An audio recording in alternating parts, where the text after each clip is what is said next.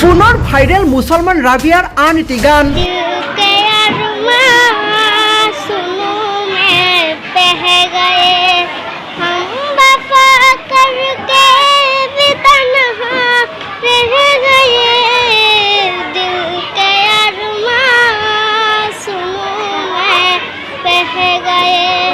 অসমৰ ৰাবিয়াই কপাইছে সমগ্ৰ দেশ।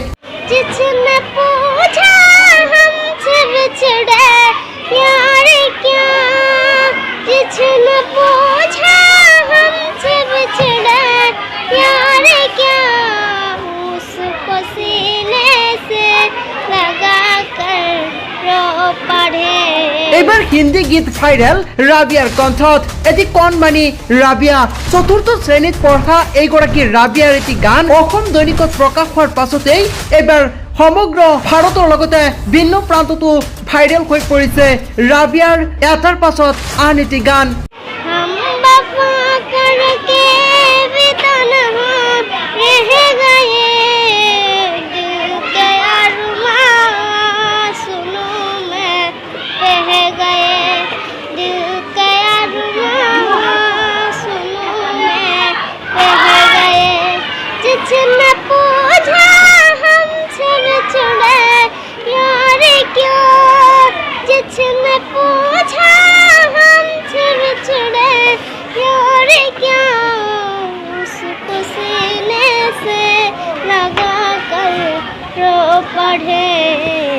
उसको सीने से लगा कर रो पढ़े।